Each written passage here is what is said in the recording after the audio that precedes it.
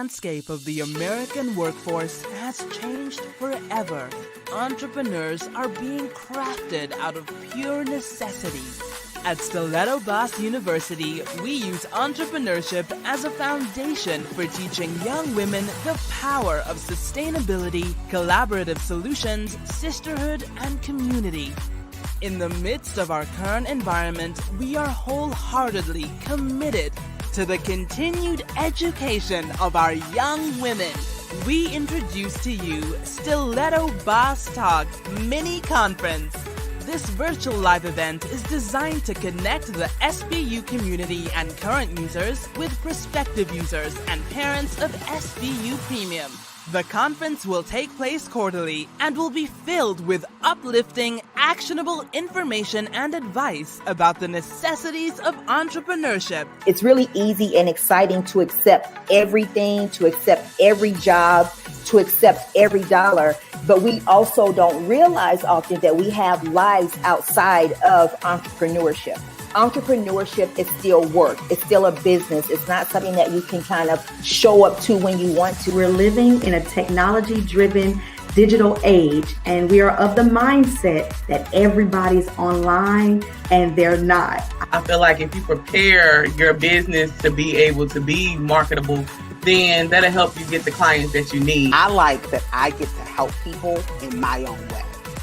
I have control over how I do things with my business. So you have to always look at it from a multi-pronged approach, and just like all the little pieces that work together, it's like gears on an engine, right? You got some gears that are smaller, some gears that are bigger, but you need all of the gears to make it work. Thank y'all for all the gems that y'all are dropping. I'm like, yes, go, yes, my Stiletto Boss friends. We hope to see you there.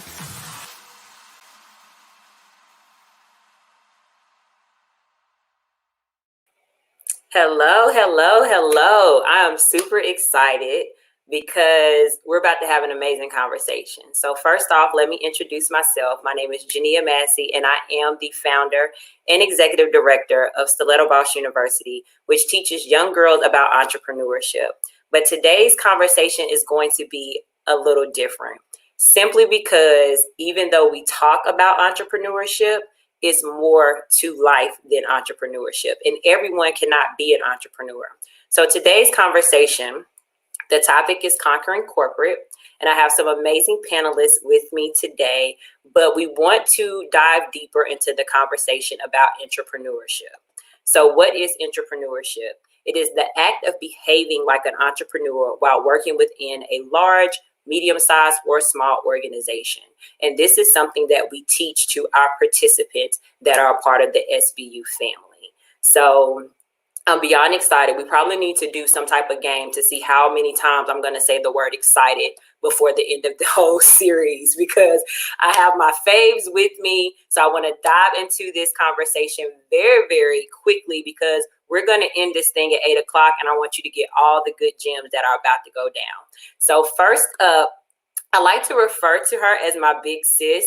And I remember seeing her at a panel for Wake Forest when it was downtown. And I was like, she's so poised. She's beautiful. I always think about Ebony Magazine or Jet Magazine every time I see her, but she has been an amazing force in my life. I'm so glad that our stars aligned, and I'm so glad that she said yes to the text and to my email to join this conversation. And her name is D'Alva Wilson, and she is the founder and CEO of D. Wilson Agency, which is a management consulting, executive coaching firm. I also like to call her the leadership development coach that you need in your life. And she also does multicultural marketing. So one thing about D'Alva is that she has worked, 19 years in the Fortune 100, said more, in the Fortune 100 companies and leadership executive roles before she ended up taking the leap and doing her own business, which has been going, D'Alva, how long has it been now? 10 years. 10 years. So 10 years. So she had 19 years in corporate and now 10 years on her own. So thank you, D'Alva. Welcome. And I'm just so grateful that you said yes to me. Thank you for the invitation. I'm proud of you. Thank you. So next up, we have Jeanette Carpe. So we became friends by way of her sister, because we went to Winston-Salem State together. But I mean, she just adopted me. I call her my big sis. And actually, we're more the same age than I am with your sister, which is always funny. But Jeanette has been a force. She is someone that I'm so happy that I can call. She is an amazing prayer warrior. She always is praying. And honestly, Jeanette, I've never heard you not laugh. Like, you always laugh when I'm around you, which is always refreshing. You always giggle. And I love it all the time. But Jeanette is probably a unicorn because she was born and raised here in Charlotte, but she came from two amazing immigrant parents from Liberia. Being around Jeanette, I don't even want to talk about all the times that I dance and act a fool, but I feel like I'm Liberian as well. Jeanette has over 15 years of experience in the HR industry. She went to UNC Charlotte. She has worked for Fortune 500 retail company and has worked for financial institutions. She goes to the Park Church. She's an amazing board member for Annie T. Doe Memorial Foundation. Do I need to keep going? She's a runner, like she'll run 1,000 miles in one day, and I just don't understand. But I love it. So thank you for joining us today. You're welcome. All right, and next up we have Brandy Riggins. So Brandy came into my life when we were both crossing. We were crossing into the sands. She's not just my line sister, but she's also my back. And I'm so grateful that our lives have aligned and that we have crossed and that we are doing just amazing things. Whenever I call, she says yes. But one thing about Brandy, she has over 20 years in the corporate space. She most recently was hired. She is like the global head of diversity, equity, and inclusion at Guidewater. She also was the VP, head of diversity and inclusion for enterprise finance and Wells Fargo. And I'm reading my notes because I don't want to jack it up. She's just overall amazing. Like, her career in HR is just amazing. She has a master's degree. She went to Tennessee State. So thank you, Brandy, for joining us today. I appreciate it. So how y'all doing today? Wonderful. Wonderful. So I see some thumbs up. I see some hearts. I don't know what's going on. I see some people are excited. Yes, I love it. So I want to first start off the conversation by you guys each telling me what was your journey to your career that you're in now. Tell me about the journey. So whoever wants to go first. I guess I'll go D'Alba first since I see her first. Wow, my journey was an unexpected one, but literally it was a divine one at the same time, because honestly, everything that I've done in my career has really benefited where I am today. I actually posted about that earlier this week, ironically. But I started, I'll try to make this short. I went to undergrad and graduate school at Winthrop University, go Eagles. And my senior year, I was an accounting major. My senior year, I said, whoa, wait a minute. This is okay, but I don't think I want to do this for the rest of my life. Went to career services, got an internship, and confirmed that I did not want to do that for the rest of my life. Fortunately, I had free rides, so I could go back to graduate school. Did that and actually ended up working as a finance director for a junior college. And at the president of the college's Christmas party, I basically was approached and said, you need to be at Allstate. And I said, oh, really? Tell me more about it. And so, interestingly enough, I ended up with a job at Allstate Insurance, and it was a management rotation program. I don't even think they have those anymore. I'm dating myself, but you basically rotate through all these different departments, and then you get an offer for a job in one. And so, because I had an undergraduate degree in accounting, I assumed I'd be in the accounting department. I ended up getting offer into IT, and it freaked me out. And anyway, I took the job, and I asked them why they offered me the job, because I was really surprised. I said, I'm going to take it, but I'm just curious. And they said I was a good fit. And that was my first lesson. I was a good fit. And so, attitude, aptitude, trump, experience and technical knowledge any day.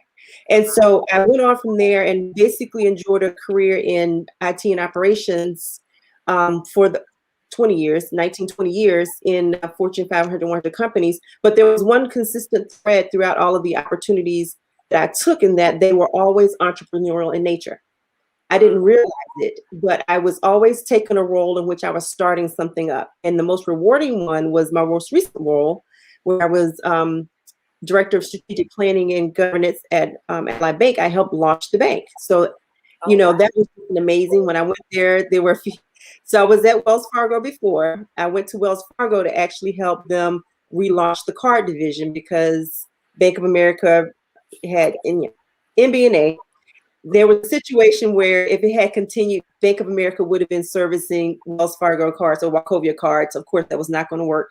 And so the bank was forced to get back into the business of card servicing. And so I joined at that time to really help create the department from scratch. It was really rewarding or entertaining to me. And I ended up at the point where they purchased Wells Fargo merged or acquired Wachovia. I ended up taking a role at GMAC and to launch Ally Bank, which again was startup in nature. And again, looking back over my career, these elements of who I am and what I'm drawn to and interested in has shown up all the 20 years in terms of the roles that I took.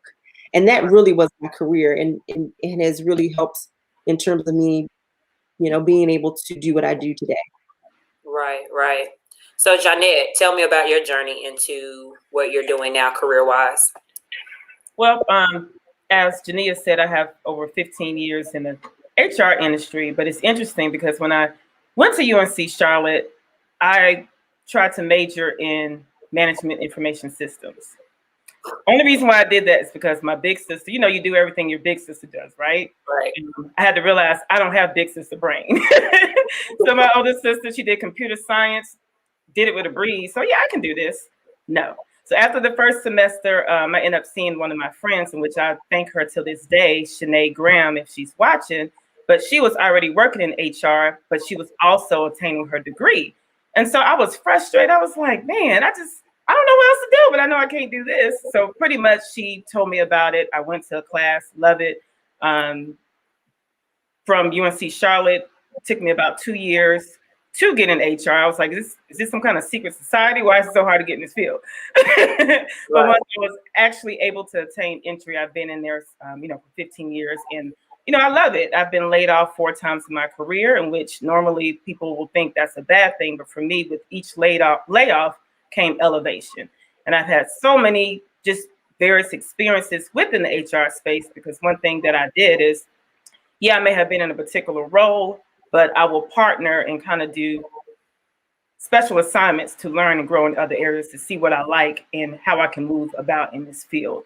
But I have to also include my community service as far as my career journey, because although HR is what I do it whether I'm inside of work or outside of work. So I have over 15, 20, whatever many years of community service. When I say community service, just serving in various capacities.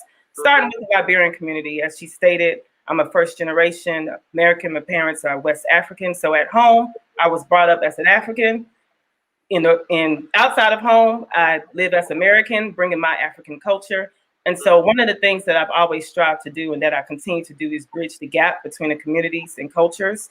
The Park Church, serve there, love, faith, all of that. And then, of course, as you said, the Annie T. Doe Foundation, Girl Talk Foundation, I can name Great Classic, all of these awesome organizations and foundations that I've partnered with and utilized my skills and grew at the same time. So that's it. All right, Randy, what about you? Tell me about your journey. So my journey is actually a little bit unorthodox, and I'll explain why. So I went to school to be a journalist. I wanted to write. My degree is actually, and you probably don't even know this, Ania, my degree is in mass communications. And let me tell you what happened. I interned at a newspaper and I wrote one too many obituaries, and I decided I was done. And what I mean by obituaries is I used to go to people's houses as soon as their loved one passed away, like 1 to 2 days later, and actually interview the family, pull out facts about the person who passed away, and then write a story about it.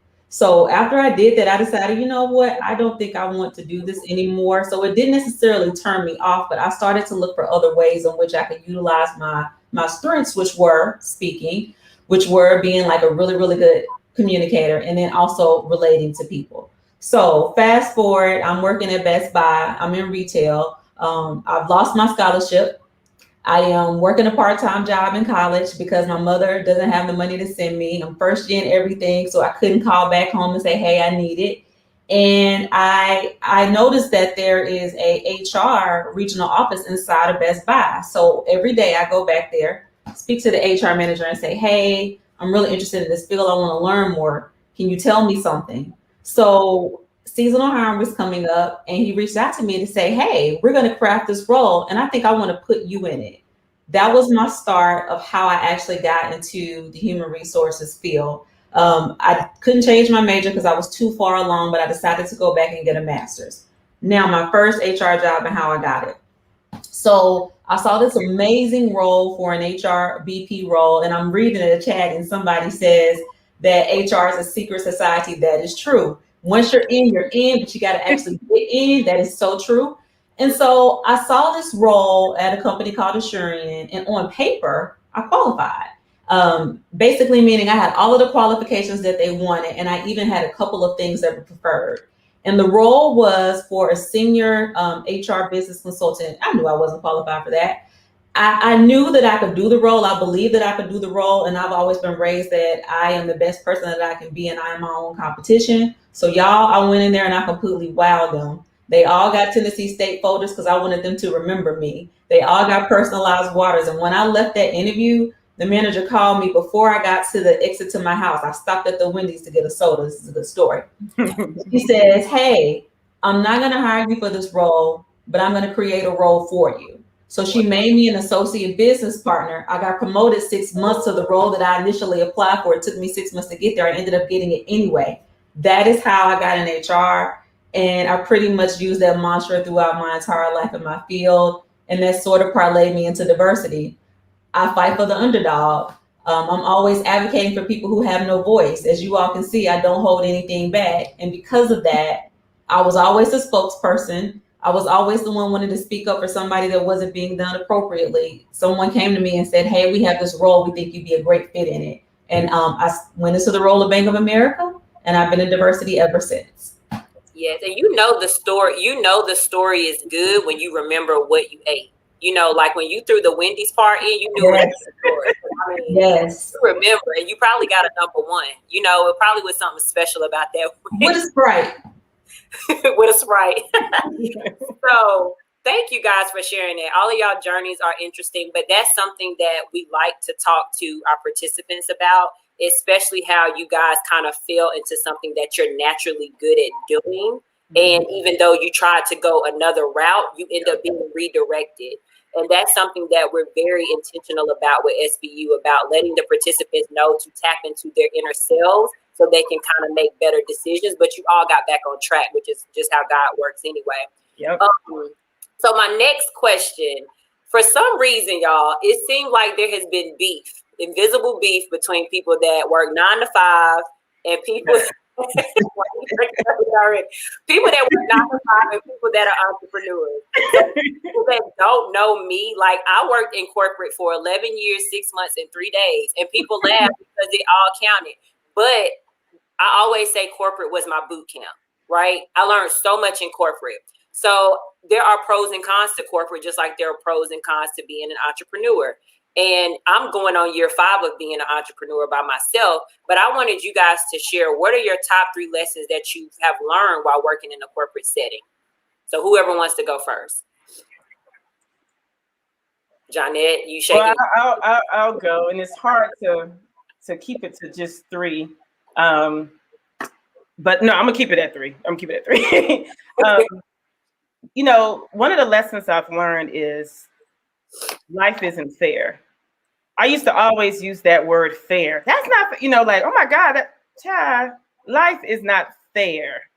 You know what I mean? And so once I realized, okay, life isn't fair. So then what? How do I maneuver my way through this? Well, you have to learn how to problem solve. You have to learn how to show up. You have to learn how to be quiet. You have to learn how to communicate. You have to learn how to put your foot down. So it was a lot that I had to learn around. Of course, they call it corporate politics. I just call it learning how to govern yourself, because I'm not about playing games. I'm about showing up authentically. And the strategy that I have is not to play games, but it's to make the best decisions that will propel me forward. I learned how to build relationships. I mean, years, my photographer, shout out to Ebony Stubbs with Ray Images. I met her in HR, and she was the bomb HR, a senior recruiter that everybody loved. But that same light and energy, she does it now behind the lens. But, you know, we've had it is a lifelong relationship. But I'm just using an example of how I met her back in 2006, and we're still rocking today, not just because she's my photographer.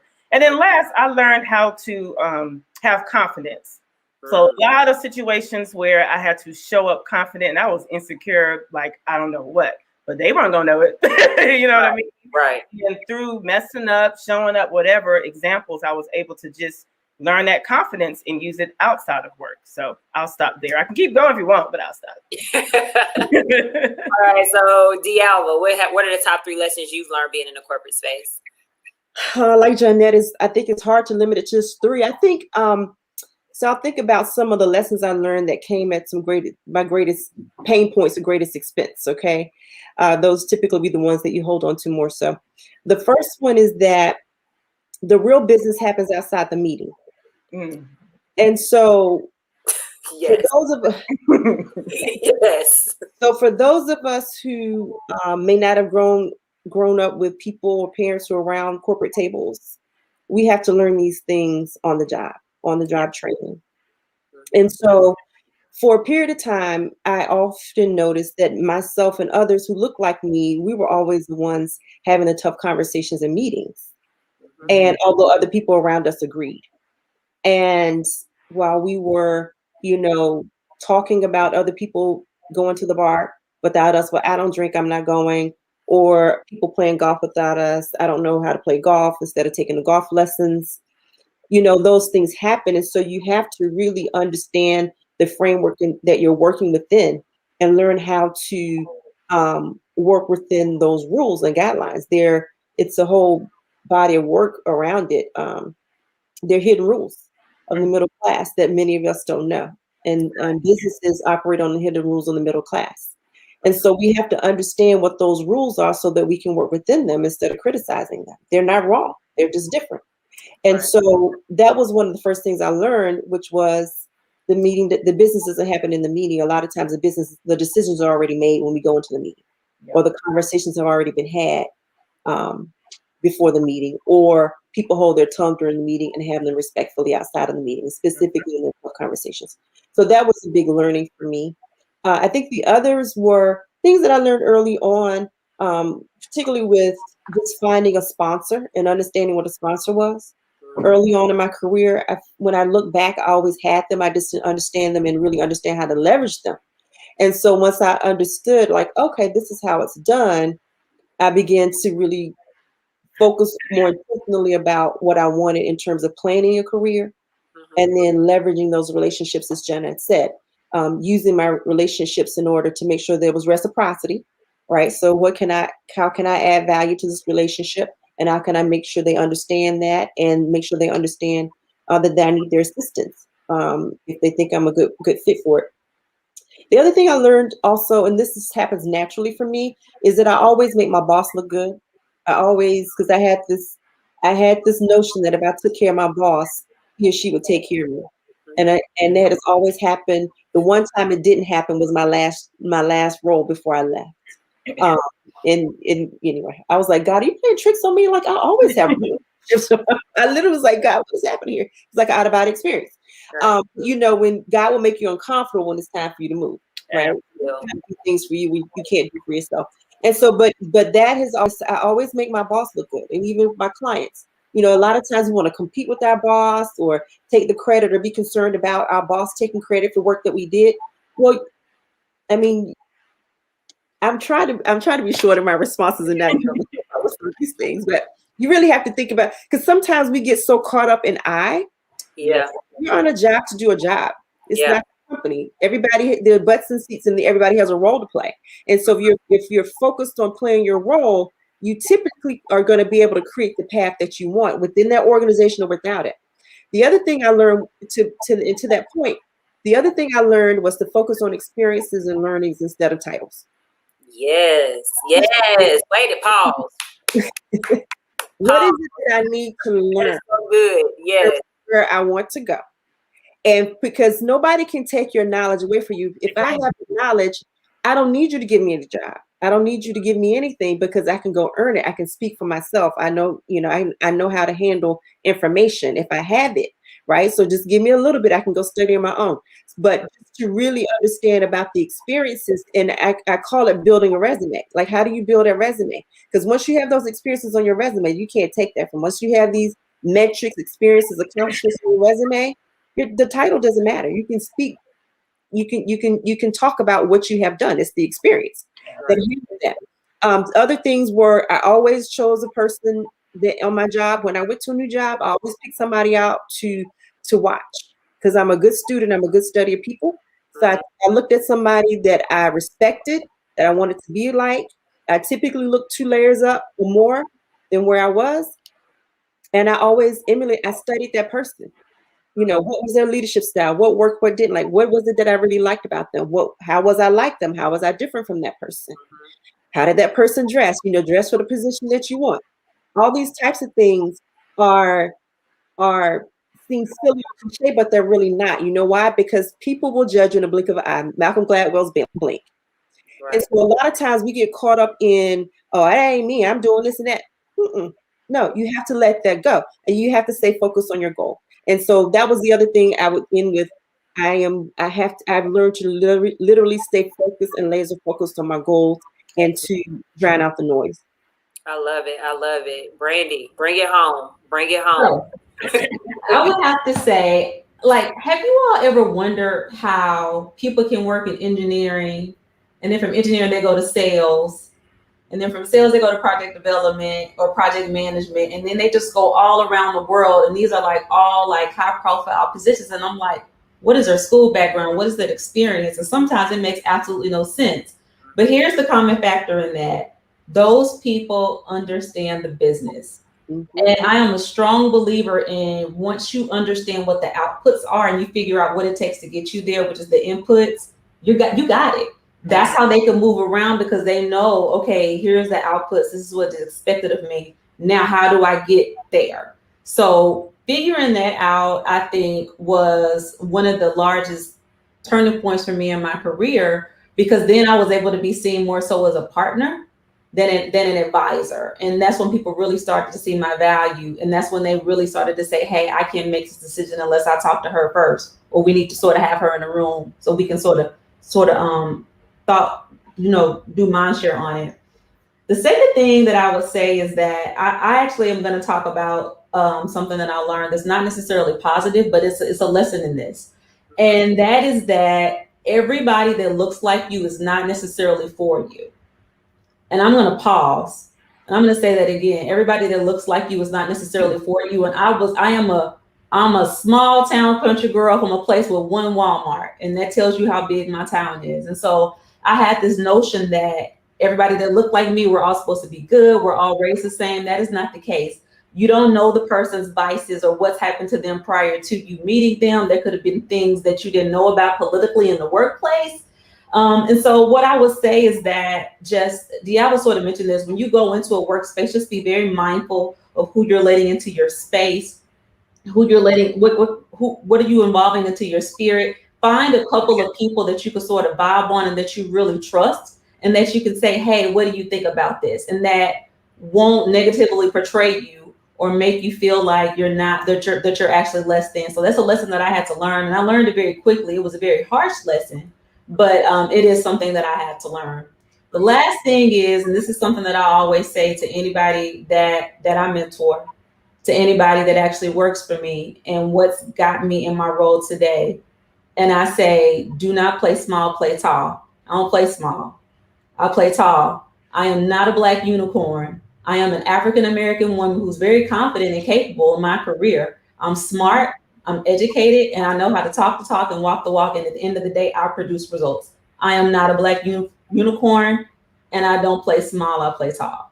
And that just basically means go for the top. Don't second guess yourself and shortchange yourself about staying down here. You don't have to do that. You have just as much space, and you deserve and earn your right to be there. You're probably more qualified than the person sitting next to you, because studies have shown that African-American people, or people who are ethnically diverse, that they typically are well qualified for the roles that they actually take. They just don't have the confidence and voice to believe that. So that's what I have. I love it. I love it. Thank y'all. That was so good. So I'm gonna just throw in something bonus that y'all don't know about. Why do you think that there's this invisible beef between entrepreneurs, self-employed, and the 9-to-5ers? Why do you think that's something the media is playing into this narrative, or is it something people just hit the holler, or what do y'all think it is? Why are people having such the big versus battle? Versus battle. I have a theory. So y'all stay with me because I'm gonna go a little around the world. So I'm in school, I get a lot of student loan debt, and I realize that a lot of the jobs that I've taken are really to sort of pay off the debt. Like not necessarily jobs that I love, but jobs to basically satisfy what I need from an income perspective. And no one ever really taught me about entrepreneurship and the thing about working for myself. And I'm one of those people that I like my lights to go click clack when I hit that switch. I like that check to drop in my account. I want to see the numbers. And my husband is extremely entrepreneurial. And I realized what this all boiled down to. And I really think that it was fear. And I could say that confidently now because I'm a business owner. Right. And now I am so jealous. I sit here every day from 9 to 5 and I work. And let me tell you what he's doing. He's going to Costco. He's looking at stuff on Amazon. I see him out here taking walks when he passes my window. And I'm like, dude, I want this life. And he is so stress-free. And it's just different. And so I think it's fear. I realize now in that description that I've given you that I'm probably somewhat jealous of him. And actually, I'm starting to say, okay, what can I do from an entrepreneurial standpoint so that I can work myself out of a role? And so, Jania, actually, you continue to inspire me even daily because you had some great successes. And I look at you, I look at what everyone else is doing, and I'm like, I can do this. So it's fear, I think. I think it's really more so rooted in fear. Yeah. Yeah. But thank you. It's not easy, but yeah, we do own our time. So that is something.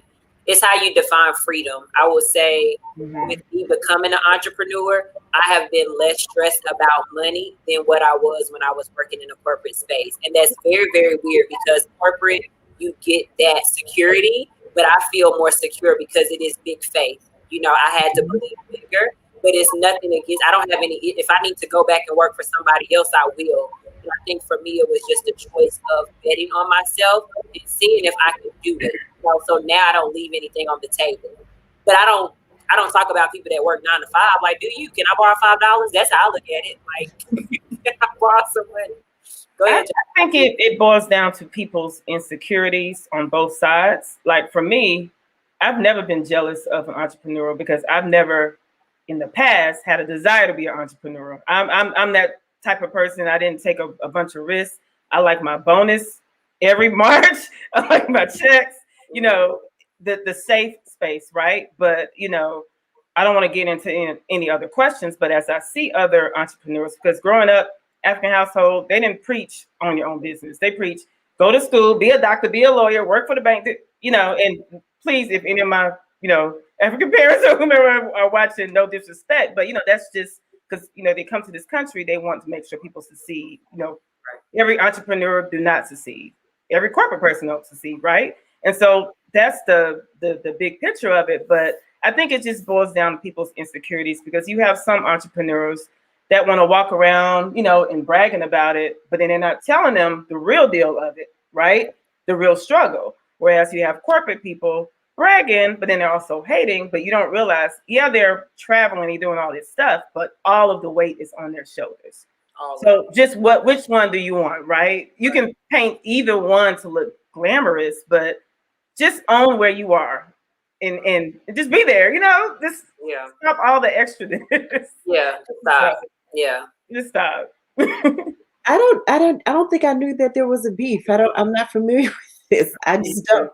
But I do know that there are a lot of people who want to be entrepreneurs because they think it's sexy and they have this perception that, we take walks like every day, like Brandy's husband, those types of things, or, that we're freedom.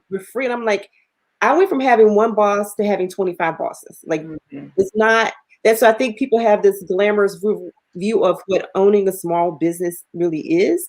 And so, but outside of that, so that's really my experience. I typically try to talk people out of it on going in entrepreneurship. Jenny, we've had those conversations. Yeah, we have. You sure? And then I do the same thing when someone wants to start a nonprofit. I'm like, you sure? Are you sure? It's not for the faint of heart, and people don't understand what it really takes to sustain a business over a course of years, to have a business routine. And I have 3 businesses right now.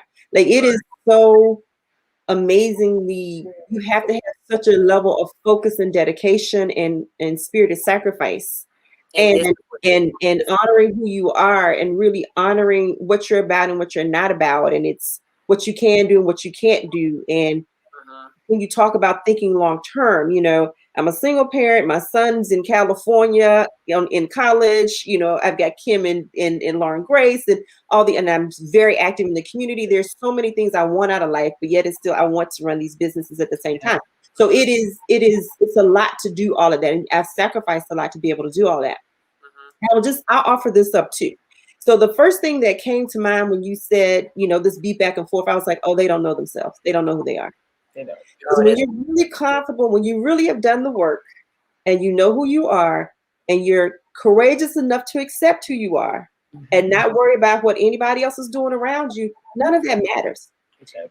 It also means that if you want to be an entrepreneur and you're in corporate, it means that you put your plan in place, and you be okay with putting a plan in place, even if it's a 5 or 10-year plan, regardless of what anybody else is doing. It also means if you are in business for yourself and it's not working, that you go get a job.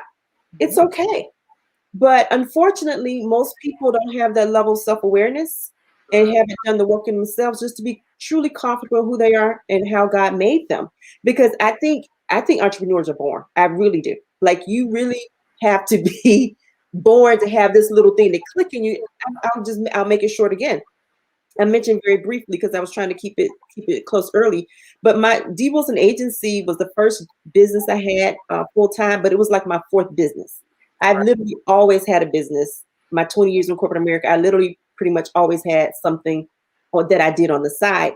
And it was honestly, I was working in corporate America until I figured out what I wanted to do for the rest of my life. I was key talent. I was promoted. I had good relationships. Everything was good.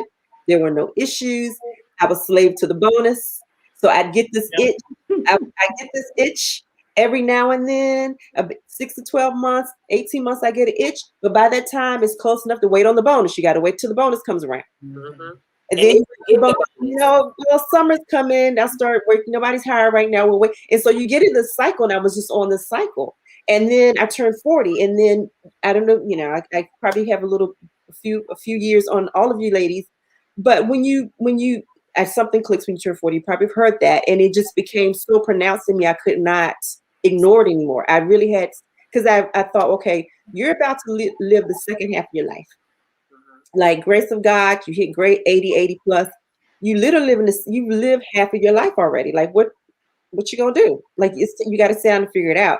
And so that's when I really started taking it seriously and doing assessments and just looking at other things around. Okay, I haven't met anything yet that really aligns with my purpose and what I feel like doing and what I really would be okay with doing for the rest of my life, and just kind of leaving your good job, as my mother says. That's what they all say. You leaving your insurance? They say that all the time. That's what Jen said. I was like 2 or 3 months in before my brother finally told my mother that, I had started my own business. I was in corporate America. She didn't even know. I was out minding my business. But the thing about it is, you really have to just kind of get to that level of owning and honoring who you are. Literally, it is. Because if it's in there, it becomes an itch, and you really have to pursue it. The last thing I'll say about this, and the other reason why I coach people out of going into their own business, they have to prove it to me before I support it, is that most people don't really know what it is they want. They don't know. And they think the thing that they're looking for is going to be fulfilled by working for themselves. Not. When you peel back the onion, it's like, what is it that your soul is really looking for? What is it satisfying in your soul? It has nothing to do with the job, because your job is not who you are, it's what you do. It's not who you be. Absolutely. Right. So if you are fortunate, I am in a job that fulfills my God-given purpose in life, and I truly believe that. Most people are not. You have people who are billionaires with products on Amazon. Yep. That likely is not a purpose, but that is fueling their ability to fulfill their purpose. So sometimes and I really coach people this way. When we pull the layers back and understood what is your soul looking for, like what is satisfying your soul, it has nothing to do with the role. So it's okay. You sit here, make sure your child goes to college. Sit here and keep your money, but this is what you do to satisfy that part of your soul, and it does that. And so that's why I say sometimes people don't know who they are well enough to make these decisions. And fortunately, we're not mature enough to not be able to look at somebody else and not feel jealous. Like jealousy is not an emotion that any of us should have ever. Like you should not. If you have really done the work to own who you are and be okay with who you are, who God has made you, we are not a mistake. Like every idiosyncrasy, every interest, everything that might be odd, it is uniquely ours, and it is just ours to own. Because it's also our power. Like you are literally dumbing down who you are to go be like somebody else. Like why would you not find differently? City on a hill, right? So why would you dumb down who you are just so that you can go do what somebody else does? So I would just say, if anybody else is feeling that way, most of my friends go like, I've never want to do that. Like I'm just not made to go do that. Because I was people I kill. Like, no, I can't with you. I'm doing this. No. Can I touch on what please piggyback on what she said, Jania, or do you have to go to the next question? Go ahead. Okay. Because what she said is key, and we talk about purpose, right? And so, like, I think that's another difference when it comes to people in corporate versus entrepreneurs. Sometimes the jealousy is, if there's jealousy, it's because the people in corporate may not necessarily know their purpose to be able to be. You know what? Let me not even say that. I'm not even going to touch on that because that can vary. But for me, as it relates to purpose, painting the picture back from every job I did, every community project I did, or service or assignment or business, or just whatever that I align myself to. Once you know who you are and fully know who you are and know those unique qualities, as she said, about you that makes impact, that, is a whole business or empire or can really make a difference, then you have to get confident, like, wait a minute. I could be doing this and do it so much better because I can do it Janet's way. Not that the person that's doing it is not doing it better, but I can do it different. One thing that that pains me is to see, not so much of entrepreneurs, but just people in general, they feel like they have to mimic what the next person is doing, but do it better. But it pretty much looks the exact same. Be different. Shine your light on it, and who you are is okay. You're not going to be for everybody. Like Jania said, I'm always laughing. I'm extra. That's who I am, and I'm not dimming that. If it annoys you, I didn't say you were. I didn't say you were extra. I didn't say you were. No, you didn't. But I know I am. It's okay. That's my point. It's okay, right? But it's that energy that's needed for what I'm doing, out of corporate, and what I will be doing. You know what I mean? So I just think that confidence in knowing who you are, to know what your purpose is, which is actually found in every day. And I'm sorry to go on, if I can just add this one piece, because when I graduated from UNC Charlotte, I could not get into the secret society of HR, right? So I was working in a file room at the bank, and I was like just complaining, like, oh my God, I got a degree. Why am I in this file room making $10 an hour? You're missing the lessons, because what you're learning and doing in this file room is preparing you for this role and the next role and the next role. So while you're searching and looking at everybody else talking about do this, do that, and have this title, God has given you an opportunity to get training through this role for a purpose. And so a lot of us are trying to get titles and fame and notoriety or whatever. It's just own where you are, whether you like it or not, and figure out, okay, what is the lesson learned, as Diabo mentioned a while ago, and how can I make this whatever better until I go to the next, right? So anyway, I can go on, but purpose is key, whether you're in corporate or entrepreneur.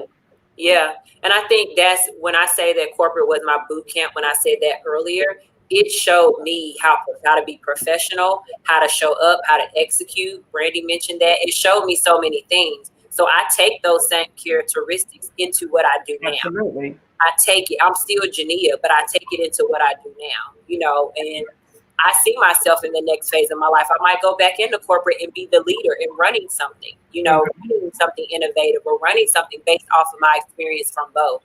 So I did want to, before we go into another set of questions, because for those, please put your questions into the comments if you have a question for the panelists. But we also have our SBU babies, my participants. They submitted some questions that I want to ask the panelists. So I'm gonna ask one more question before we wrap up this segment. What is your advice to your younger self on life? And you can decide if you want to share personal or business advice. And I'll start with Brandy on this one. My advice to my younger self. I think I had an opportunity to do to go work internationally. And I let my family talk me out of it because that's not something that they were familiar with. And I focused on what was negative about it and what could happen to me versus looking at the opportunity and what I could learn for it.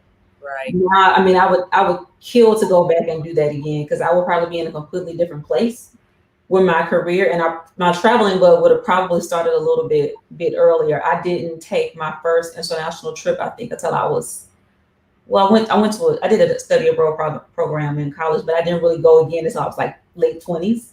So that would probably be one thing that I completely regret. Yeah, I agree. I didn't do any of those things. And then one of like my close friends, she might be watching Mignon. She's a U.S. diplomat and she travels all the time and, works for the embassy. It's just so cool to hear her perspective and see what she's learning. And I'm like, dang, I probably wouldn't have been a good diplomat, but I would have traveled more. But so Diallo, what would your advice be to your younger self? To dream bigger. To dream bigger. I realized that I followed a path that was just common and known. And so it's like the thing that I did, my derail from the path was to go into business instead of education. Like that was the big jumping for. Like my mother wanted me to be a teacher and she's still mad she was still mad I didn't be a teacher for a long time, although I was just fine. But it was just the unknown and the comfort level because as Brandy said, your family loves you and they want you to be safe and they want you to know what they know and listen. So sometimes they won't let the reins off to let you go fully. And I was totally comfortable with that. I got married at 24, just did everything early. And, there were some things that I wanted to do that I didn't do, like law school. And, I just said, I've just finished graduate school. I'll just go get a job instead of going to school, just some of the things. And it was a long time before I realized, like, you did not dream big enough. Like I should tell I would totally be doing something completely different. Definitely still entrepreneurial. At this point, but although I'm very happy with where I am and what's happening, I just realized that the path that it took me to get here would have been different had I really dreamed bigger from the beginning. Got it. And Johnette? What was expected. I did what was expected. Got it. For me, again, picking back off what I said before is just, I would tell my younger self, and I'm sorry, the question was what advice you would give to your younger self? Making sure I'm still on track. Okay. Yeah. It would be to seek purpose and not title. I was all after titles, and that's why I ended up, of course, going to UNC Charlotte, changing my role because I didn't know, changing my major because I wasn't sure what I wanted to do. But that's because I didn't know what my purpose was. Or actually, I knew what it was, but I didn't think that it could be something. Like what I do is directly related to my purpose and who I am. My title is not who I am. It's those unique qualities and skills and characteristics that God gave me is who I am, right? And utilizing that and aligning that with opportunities. But as Jania said, God knows how to route us back because throughout my entire career in corporate and in the community is all aligned to my purpose, in which now where I'm here, it's interesting. I don't mind telling my age. Diava said when she was 40, I think she left corporate or started her businesses. I'm going to be 40 next month. And I'm at the point now where I'm not necessarily leaving corporate, but I'm ready to take a risk and start something that's outside of my comfort zone, but that's within my purpose that will be even more impactful. So had I known that, had that mindset when I was younger, I could have been further along doing my own thing and or just, in aligning myself to better opportunities that fits with Jeanette's extra self. You know what I mean? So I would really, and I tell individuals that now, like, just own who you are and be okay with it. It doesn't mean like, so if you have a bad attitude, don't just own that and be that, but pull the good characteristics out of that attitude and utilize it for a career. Because you do need some individuals who are bold. You need some individuals who are timid. You need some individuals who are both. But don't allow people to put the negative comments on your personality and push you further away, because you're pushing yourself further away from purpose. So that's what I would say. Right. I love it. All right. So my babies, I call them my babies. These are my little stiletto bosses. They had some questions for y'all. So I'm going to ask the questions, and whoever wants to jump in and answer, that's how we'll do it. Okay. So the first question is from Chloe. Now, Chloe, a little bit about her. She's my youngest stiletto boss. So she's 8, about to turn 9. She begged me to be in this program, and I couldn't tell her no. So she keeps up with the older girls, but you're going to laugh at this question. She wants to know, how many speaking engagements have you done during the pandemic, and what are the pros and cons of the new experience? Now, ain't that a grown question? Yeah. Where'd she get that from? Oh gosh, I've done a lot. I don't know how many. What are the pros and cons of doing virtual versus in-person speaking, though? Gotcha. Okay. So I don't know. I've done a lot, maybe 20 plus, but I think the pros and cons is that I typically feed off the energy of people in the room. And I don't know, I'm able to do that on Zoom too. So I don't know if the pros and cons. So I would say that being in the room with people definitely trumps being virtual. Like, I think it's a better experience for everybody involved being in the room, being in person. Okay. Anybody else want to answer it? Jeanette? For me, I did one big, I did a few things I can't recall, but the big one that I did was a gala. I chaired a virtual gala for the Annie-T-Doe Foundation, and that was our first time doing it. And the fact that I was leading it, I was like, okay, so how are we going to do this? And clearly I feed off energy as well, right? But the pros were, the pros in doing that event is the virtual aspect. We were able to chime in people from Liberia, from all over the world, family members that can't travel for it. They were there, right? And 2, it taught me technology. It taught me how to utilize it, in which from there I was able to consult on other virtual events that people had and just utilize it for myself.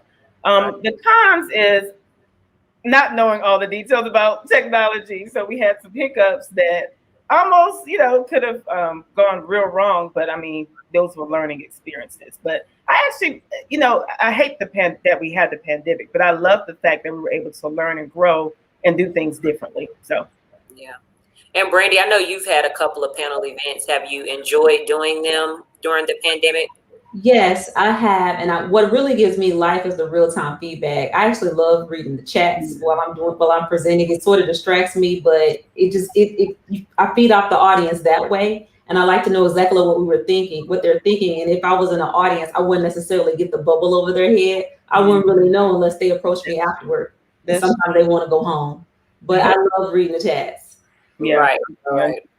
All right. So Kalia, she wants to know, what experience did you have to go through to get to this step in your career?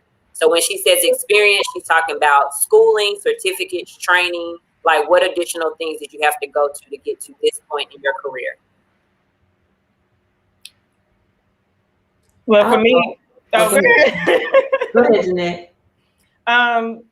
What's key? A lot of times people will say get a mentor, and I've always like, man, I don't have a mentor, like one mentor. But for me, I utilize friendships, whether in work and outside work, or just strangers, and they became my mentors. Maybe not my official, some more than others, but I've learned from them. I've gained experience, knowledge, recommendations, pushed forward, just a lot of learning experiences by way of big sisters and little sisters, men, women, whomever that I can learn from. Of course, going to UNC Charlotte, of course, on the job learning, training certificates. I did not go and get my MBA or any other, continuing ed, but I learned a lot by way through my roles and through mentorship.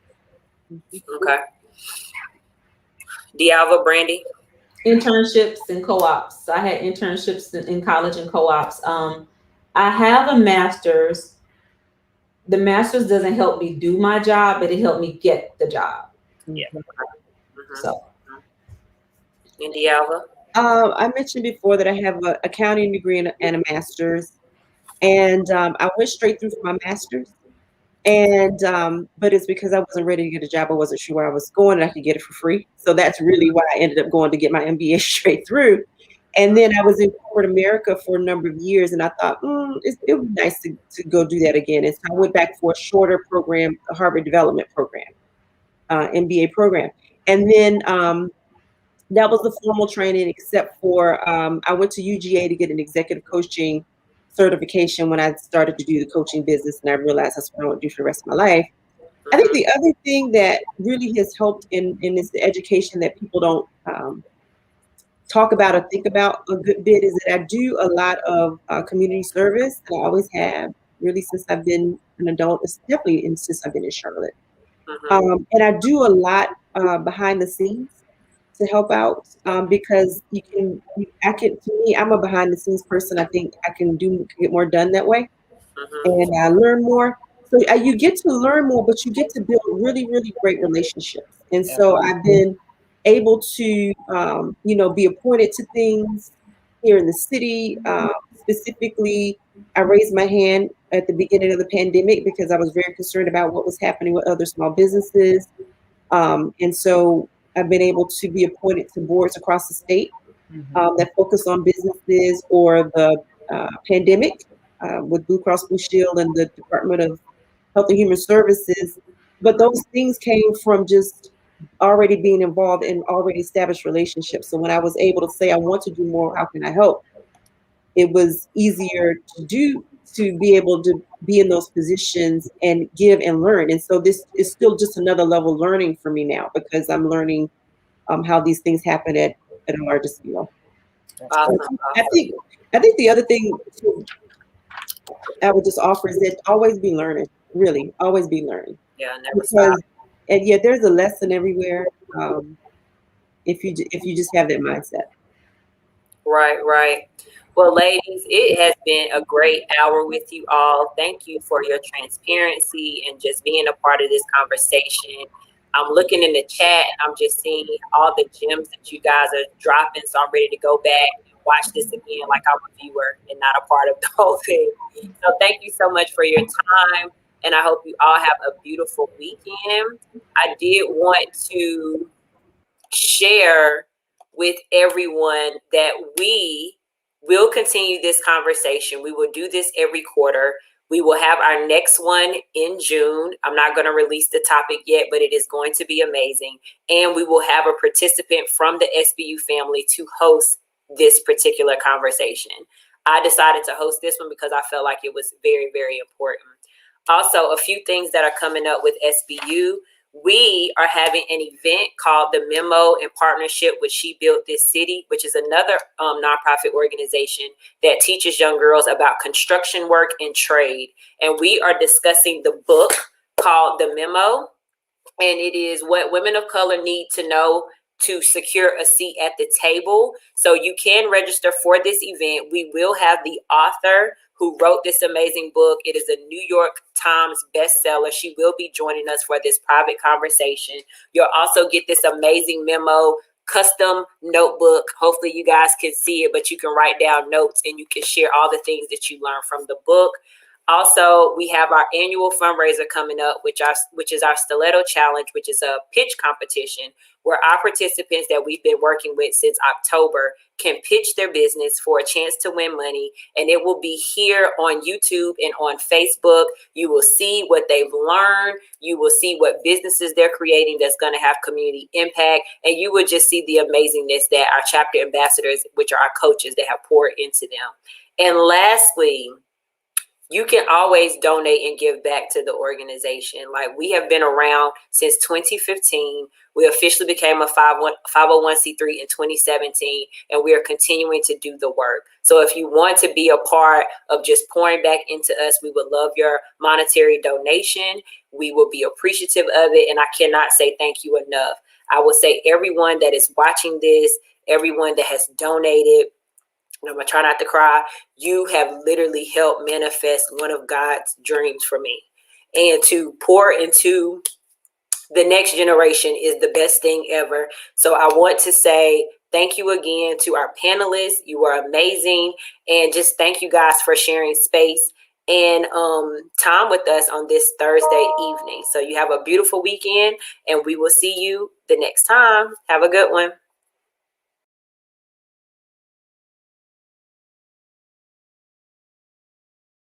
The landscape of the American workforce has changed forever. Entrepreneurs are being crafted out of pure necessity. At Stiletto University, we use entrepreneurship as a foundation for teaching young women the power of sustainability, collaborative solutions, sisterhood, and community. In the midst of our current environment, we are wholeheartedly committed to the continued education of our young women. We introduce to you Stiletto Boss Talk Mini Conference. This virtual live event is designed to connect the SBU community and current users with prospective users and parents of SBU Premium.